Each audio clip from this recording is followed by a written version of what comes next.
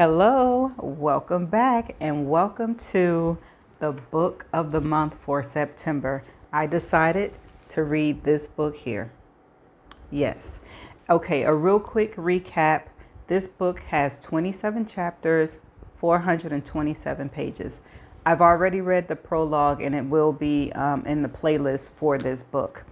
Okay, so if this is your first time to my channel and me reading a book, I read a book every other month on my channel to help me get back into reading.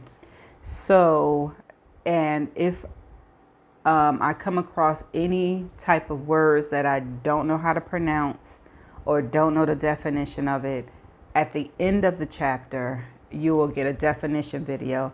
But inside of the subject or the subject, the description title of the book, it'll have a D at the end to let you know that this particular video have a definition video at the end. And if there was any type of content that I need to warn you about, I will put a warning on it as well. So, are you ready? Chapter 1. Jocelyn glanced at herself in the hotel mirror for the first time. This is it, she thought. This is the moment. Her instincts was to put her nightgown back on and climb back into bed. Wonder what was on HBO during the day. Did this hotel have HBO? Maybe she should look for a hotel that did. She took a deep breath, looked back at the mirror, and straightened her shoulders. What would Miss Eddie say if she saw her slumping like this? At the thought of Miss Eddie, tears again came to her eyes, but she blinked them away.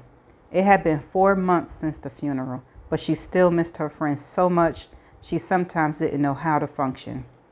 Every day she wanted to call Miss Eddie and tell her something that had happened, but each day she discovered afresh that she was gone. Oh, she passed away.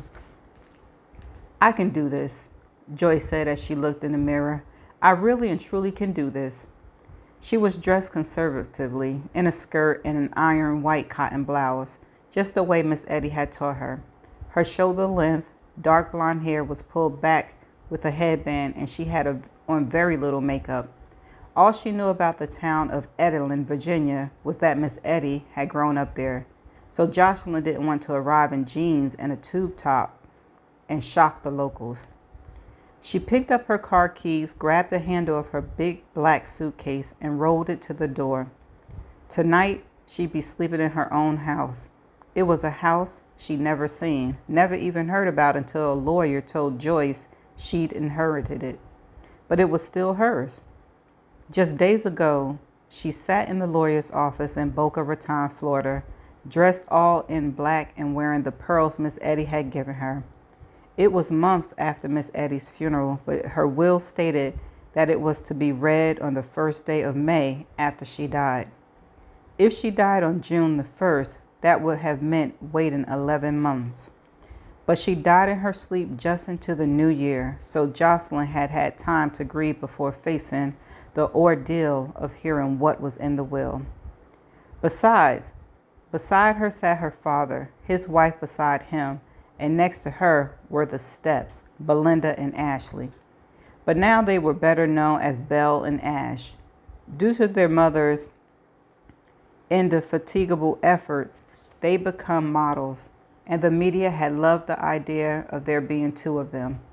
In the last 10 years, they've been on the cover of all the top magazines. They traveled all over the world and modeled the clothes of every designer. When they walked through a mall, teenage girls followed them, their mouths open in awe, and males of every age looked at them with lust.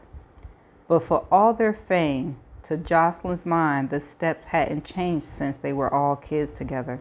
As children, the twins loved to make up things they said Joss had done to them, then tell their mother. Louisa used to glare at her stepdaughter and say, "Wait till your father gets home." But when Gary Minton returned, he'd just shake his head and do whatever he could to stay out of the turmoil. His objective in life was to have a good time, not to referee his 3 children. He retreated to his garage workshop, his wife and his tall stepdaughters trailing behind him. Jocelyn would leave and go to Miss Eddie.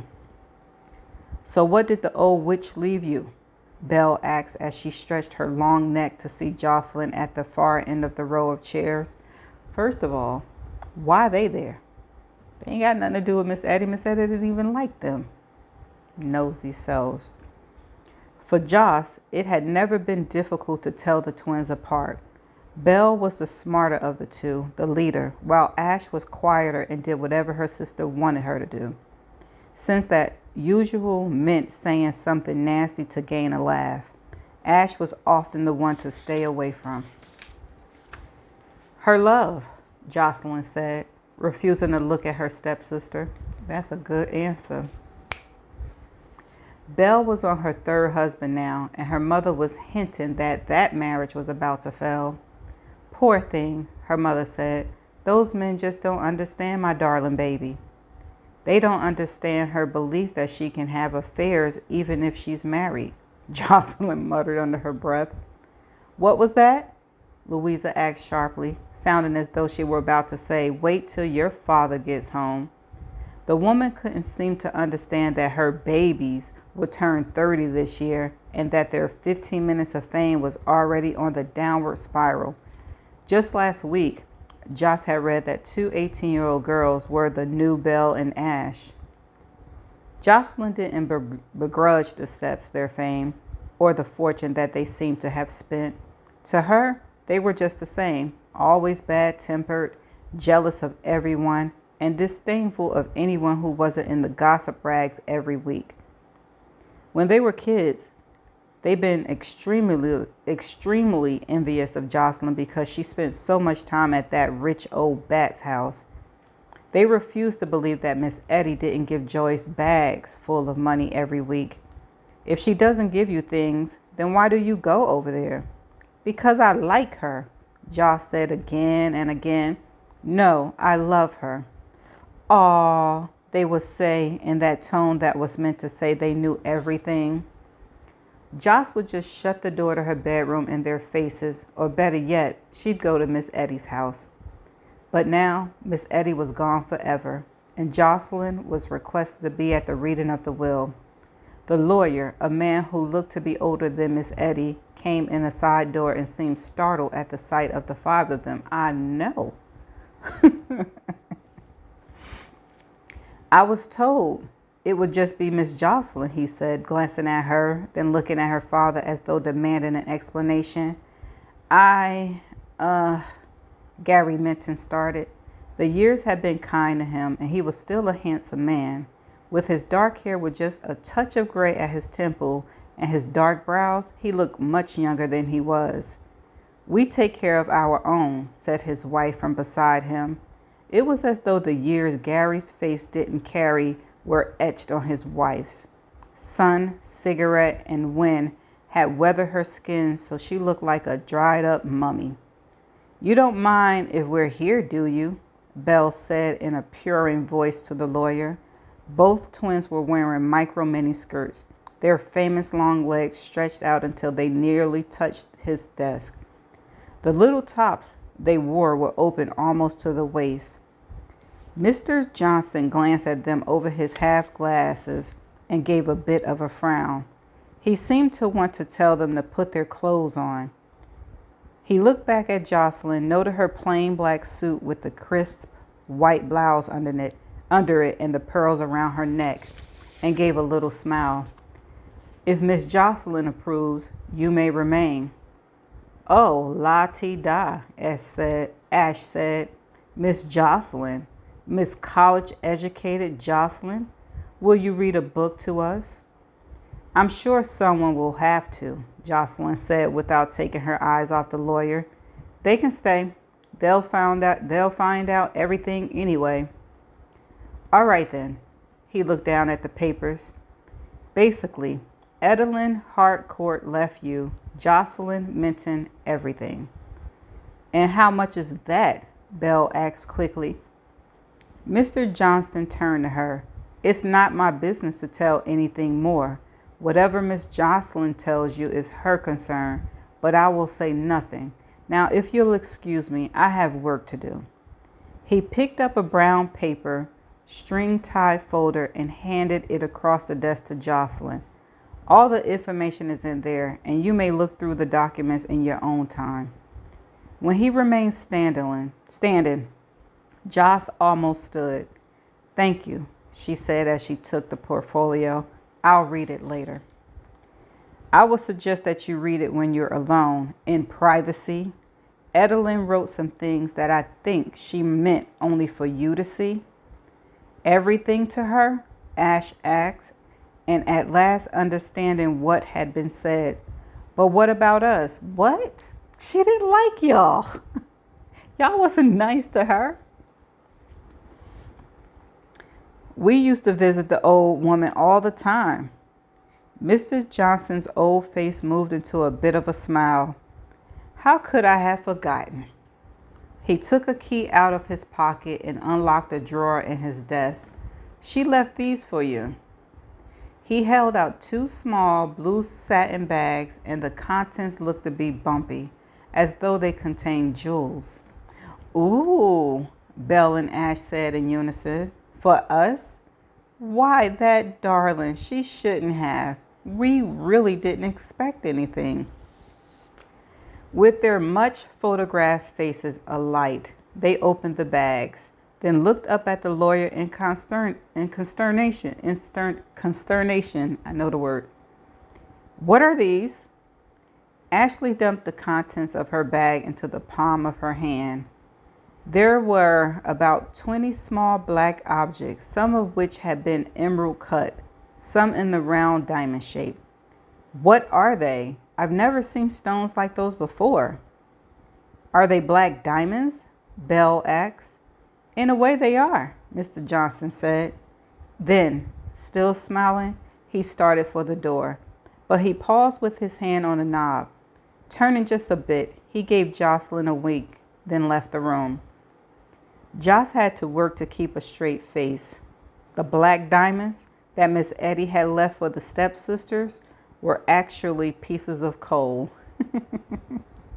She didn't say a word as they left the office. She sat in the back of the car on the drive home and listened as Belle and Ash, sitting beside her, held the pieces of coal up to the light and exclaimed over their beauty and discussed how they were going to have them set. Jocelyn looked out the window to hide her smile. The joke that Miss Eddie had left her jealousy, greedy stepsisters lumps of coal made her miss her friend with a painful longing.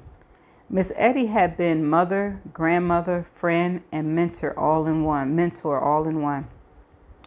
Joss glanced up and saw her father frowning at her in the rearview mirror. She could see that he knew what the stones were, and he was dreading the coming fury when the steps found out. But she didn't mind. She planned to be gone long before the steps discovered what the black stones were. Her bags were packed and in the back of her car, and as soon as they got home, she was going back to her job at the university. Only when Jocelyn was back at school and in her tiny apartment did she open the packet that contained Miss Eddie's will. She tried to steel herself for what she'd find, but nothing prepared her to see an envelope with that beloved handwriting on it. To my Jocelyn, it said on the envelope. With trembling hands, she opened it, pulled out the letter, and began to read. My dear Jocelyn, I promise I won't be maudlin. I don't know if it's been days or months since my demise, but knowing your soft heart, you're probably still grieving. I know all too well what it is to lose people you love. I've had to stand by and watch most of the people I love die. I was very nearly the last one left. Now, to business. The house in Boca is not mine, nor is most of the furniture. By now, I'm sure the contents have been moved out and put up for auction. But don't worry, my dear. The best of what I own, meaning everything that I took from Edelyn Manor, will go back to where it came from. Jocelyn put the letter down. Edelyn Manor, she said out loud. She never heard of the place. After her initial confusion and a feeling of betrayal ran through her. She spent a great deal of her life with Miss Eddie, had traveled with her, met many people from her past, and had heard hundreds of stories about her time with Dr. Brenner. But Miss Etty had never mentioned Edelin Manor.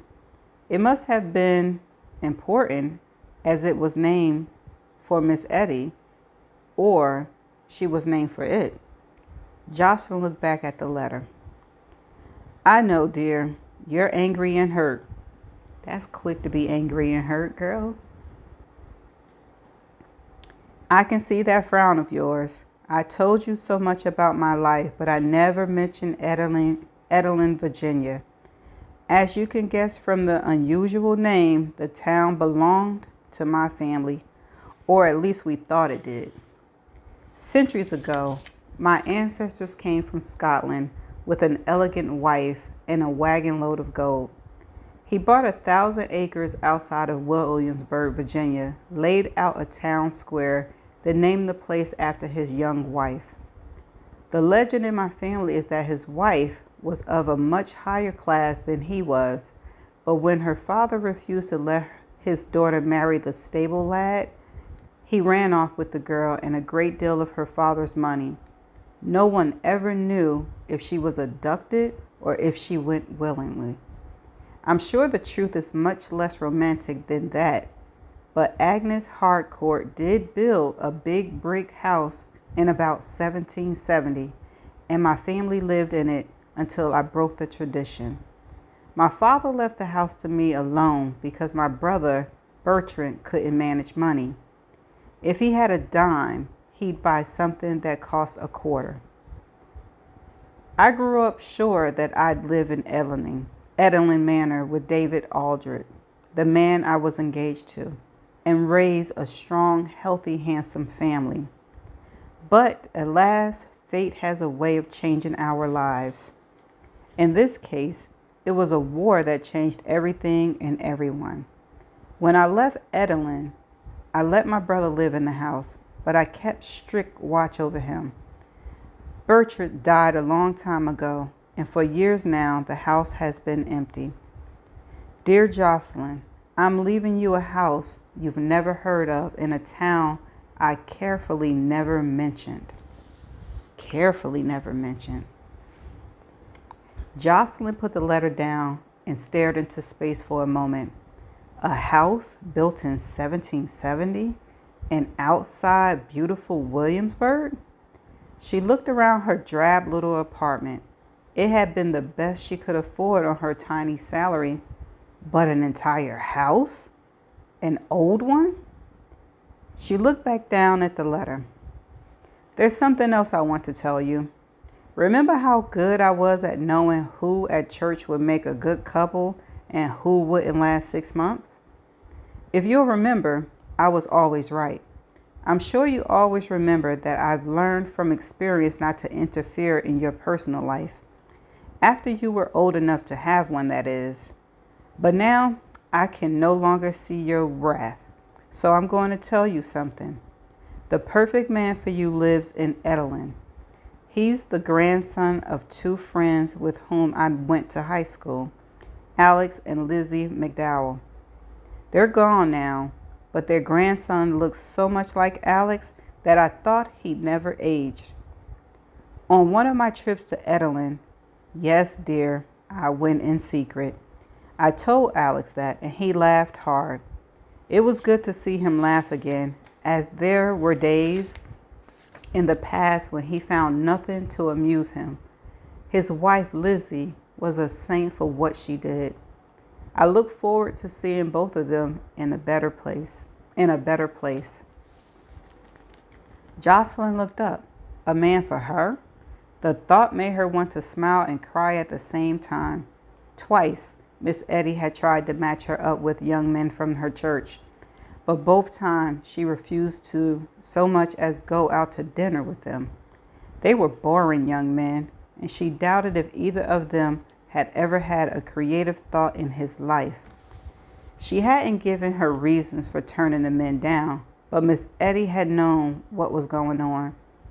Beer drinking does not qualify as an Olympic sport, she said quietly, then walked away. Jo's face had turned 3 shades of red. 2 weeks before, Miss Eddie had driven by Jocelyn's house when she'd been standing outside with two young men on motorcycles and downing a can of beer. For all that Jocelyn loved the ballet, she was sometimes drawn to the life her family led. Like my mother, she said out loud, then looked back down at the letter. His name is Ramsey McDowell, and he's an attorney, but I can assure you that he's more than that. My last request of you is that you give the young man a chance to show you that he's right for you. And remember, I am never wrong about these things. As for the house, there's some furniture in it, but not much, and there are some tenants in the wings. They are both young women from families I've known for many years. Sarah grew up in Edelin, so she can help you find whatever you need. Tess is new to the area, but I knew her grandmother better than I wanted to. That's all, my dear. I know you'll make the best of all that I leave. I apologize that my housekeeper won't be there, but the poor dear was older than I am. I have a gardener, so maybe he can help you with whatever else you need. I wish you all the luck in the world, and please remember that I'll be watching over you every minute of your life. It took Jocelyn the rest of the evening to recover from the letter. It sounded so much like Miss Eddie that it was almost as though she were in the room with her. She slept with the letter curled up in her hand. The next morning, her mind was so full of all that she learned in the last 24 hours that she could barely concentrate. Her job as teaching assistant had become uncomfortable because she had a year-long affair with one of the other assistants. Oh, Miss Eddie didn't know that, did she? When they had to work together, he scowled at her across the table and she found it very unpleasant. He'd been the third man in a row who had been perfectly suitable for her, but in the end, she not wanted to go on with any of them. Jocelyn knew it was all Miss Eddie's fault.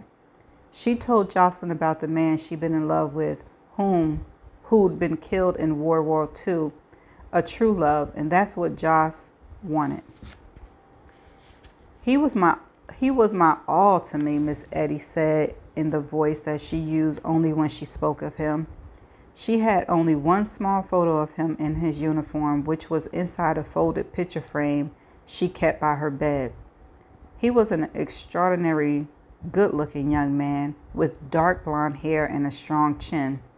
The frame was oval, and on the other side was a photo of Miss Eddie in her army uniform. She was so young, so beautiful. Beneath David's photo was a tiny braid of hair, her dark intertwined with his blonde. Miss Eddie would hold the frame and say, "David."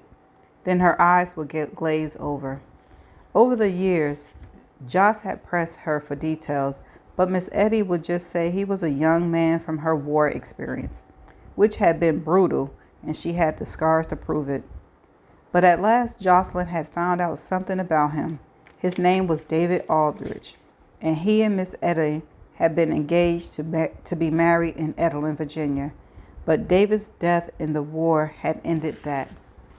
No wonder she couldn't bear to mention Edelin, Jocelyn whispered.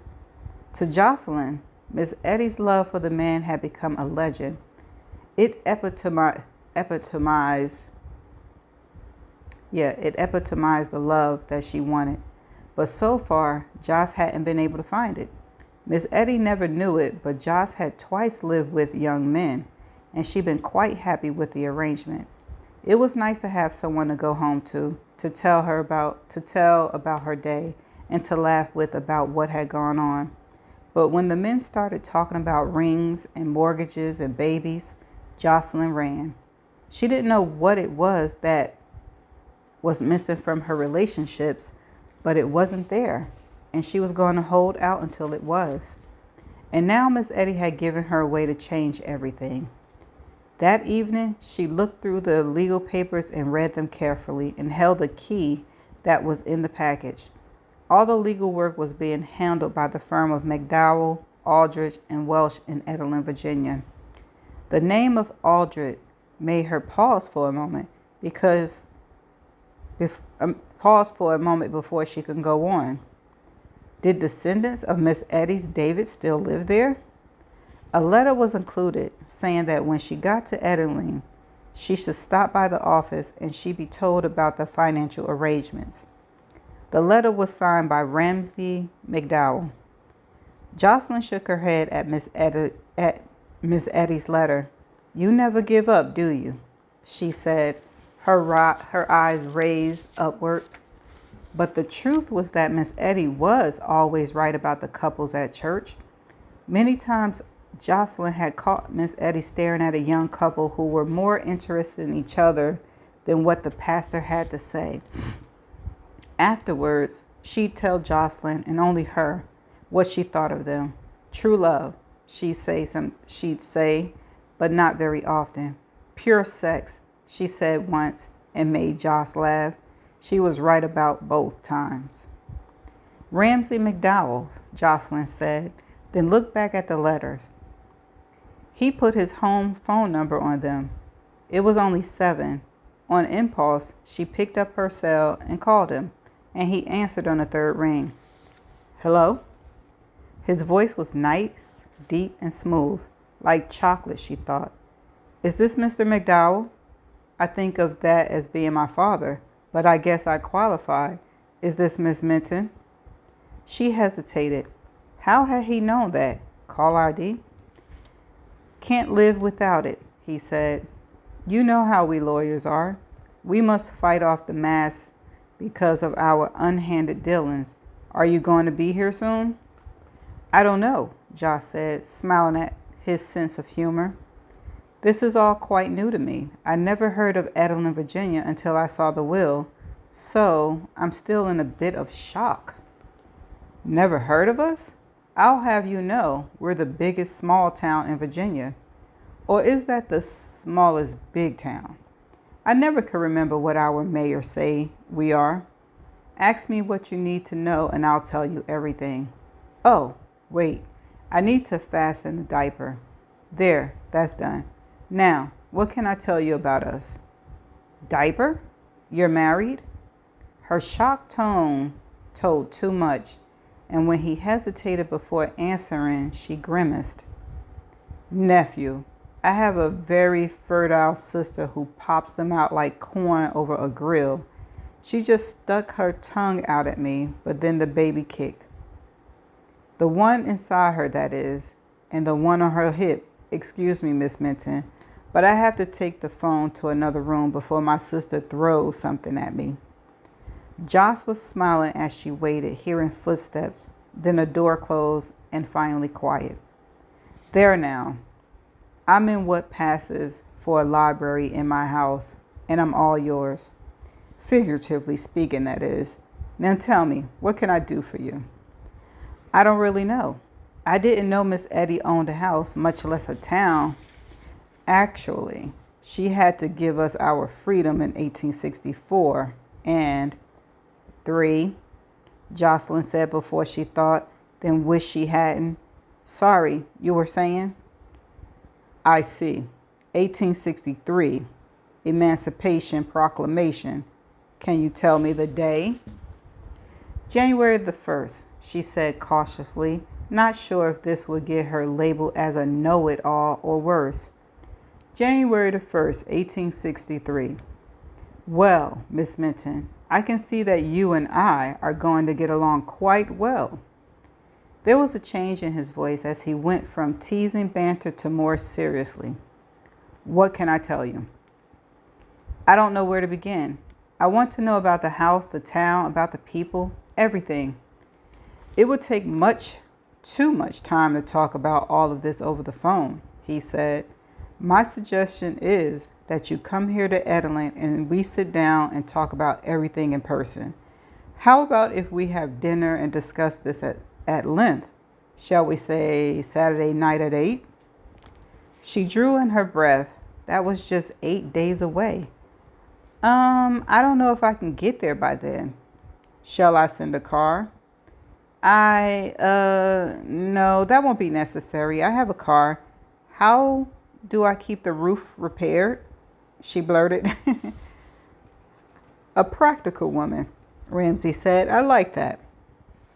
I'm not at liberty to say the exact extent of what Miss Etty left you, but I can assure you that you'll be able to keep the roof in great repair. She smiled at that. She didn't relish the idea of having the responsibility of the care of a very old house and no way to support it. Miss Minton, what is your hesitation? The beautiful town of Edmond is waiting you, plus a magnificent old house. A colonial Williamsburg is right next door. What more could you want? She started to say time, but didn't. Suddenly, she had one of those moments that rarely happen in a lifetime. In an instant, she knew what she was going to do. She was going to change her life. Since Miss Etty's death, Jocelyn hadn't made a single change. She had the same job she no longer liked, the same routine, the same dull, dark apartment. Her friends now looked at her with sadness because Joss was no longer part of a couple. They were already talking about fixing her up with blind dates. The real difference in Jocelyn's life was that her best friend was gone. Now, if she went home, it was to her father's house, to motorcycles outside, NASCAR on the TV inside, and the pitying looks of her stepmother. Poor Jocelyn, she had nothing and no one. This was Friday, and it was quit her job tomorrow morning. Then she'd have days to sort out all the things she needed to do, like turn off the water and, "Could I wire you some money?" he asked, seeming to think her silence had to do with expenses. "No, wait, that's not good. You'd have to give me your bank account numbers, and you shouldn't do that. For all you know, he hesitated, "a lawyer." "That's right, scum of the earth. We spent years in school learning how to rip people off. How about if I overnight you a check?"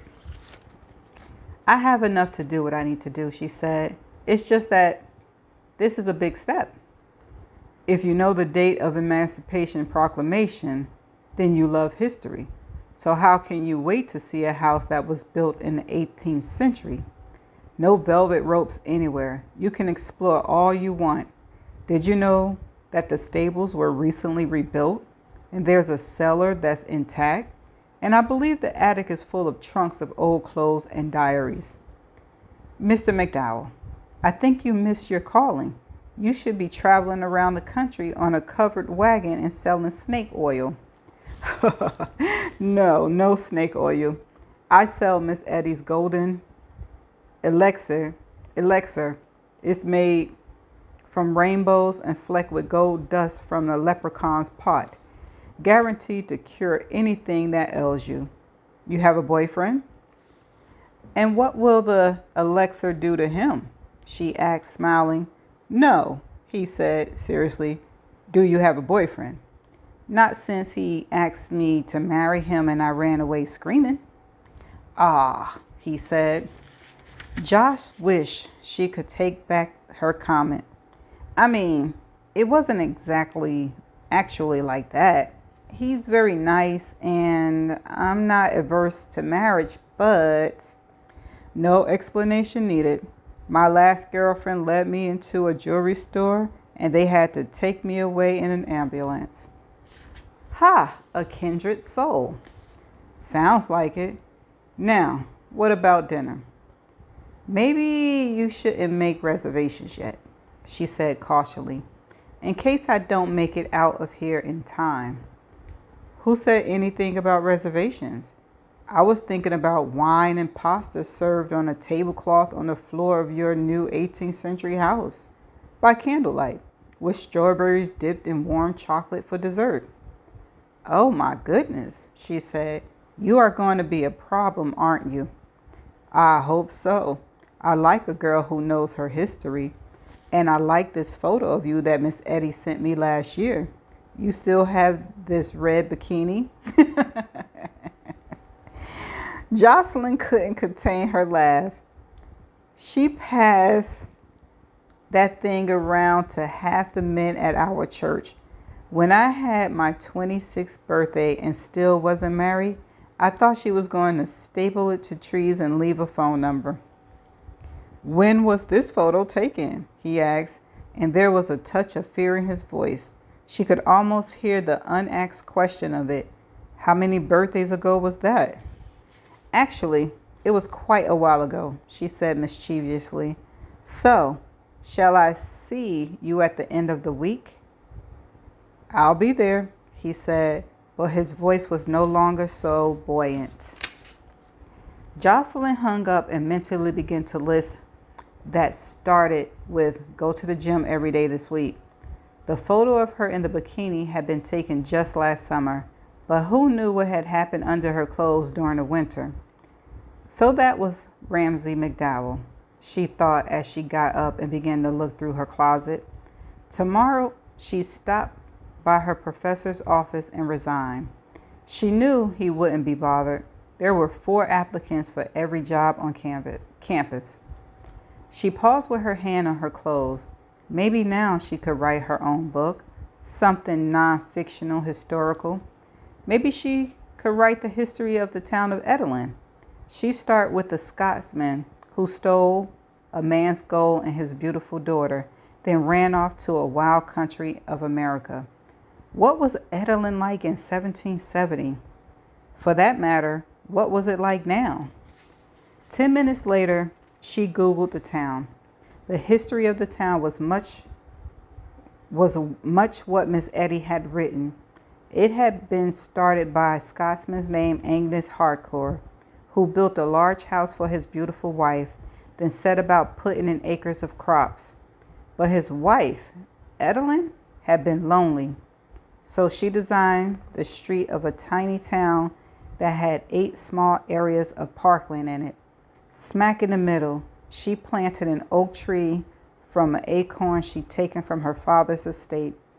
Over the centuries, the tree had been replaced 3 times, but each time the transplant had been a scion of the original tree. Jocelyn went on to read that in the 1950s, her Edalyn Harcourt had led a 4-year-long court battle when the state of Virginia tried to evict the residents, as over 5,000 acres of the surrounding land was being turned into a nature preserve. It was because Miss Etty, as she is called by everyone, Joss read, won the battle that the tiny town of Edalyn survives today. No new houses are allowed to be built, but the ones that are there are preserved so that it's almost like stepping back into time. The town has several upscale shops that draw tourists to Williamsburg, but the crowning jewel is Edalyn Manor, built by Agnes Harcourt in 1770 and lived in by the same family since then. Unfortunately, the house and grounds are not open to the public. I'm glad for that, Jocelyn said, then moved closer to the screen to see the photos and thought she could see a sign in front of one of the pretty white houses. Was that Ramsey's office? Did he live in the same building where he worked? He'd asked her if she had a boyfriend, but did he have a girlfriend? She clicked on the button that said Edalyn Manor, and there it was. Jocelyn stared at it with wide eyes. The facade was perfectly symmetrical. 2 stories, 5 windows wide, all brick. On both sides were single-story wings with little porches on them. I guess that's where my tenants live, she said, marveling at the idea that she now owned this wonderful old house. 5 minutes later, she was tearing through her closet like a leaf blower. She was going to get rid of all the things that she no longer wore, then see what was left.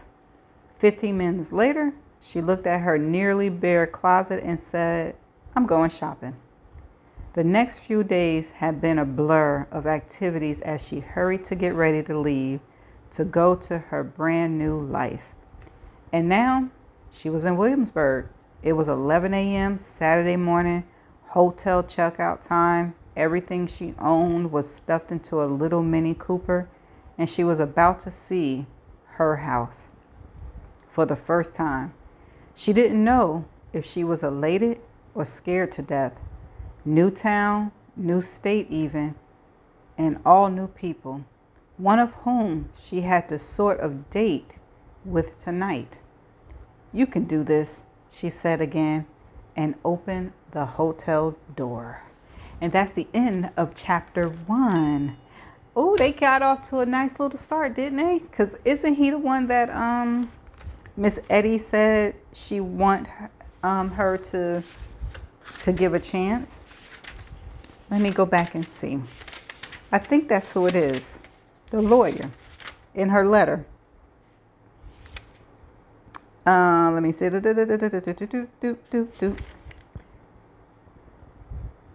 Yeah, I think that's the lawyer. Okay, wait a second. Where is that?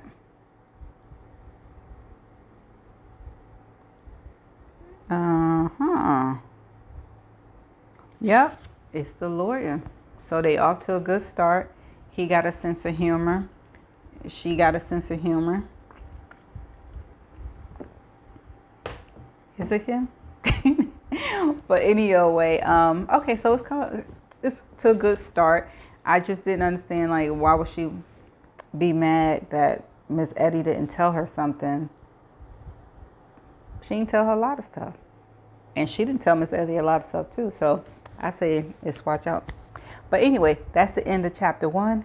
Let's see what chapter 2 brings. Bye for now.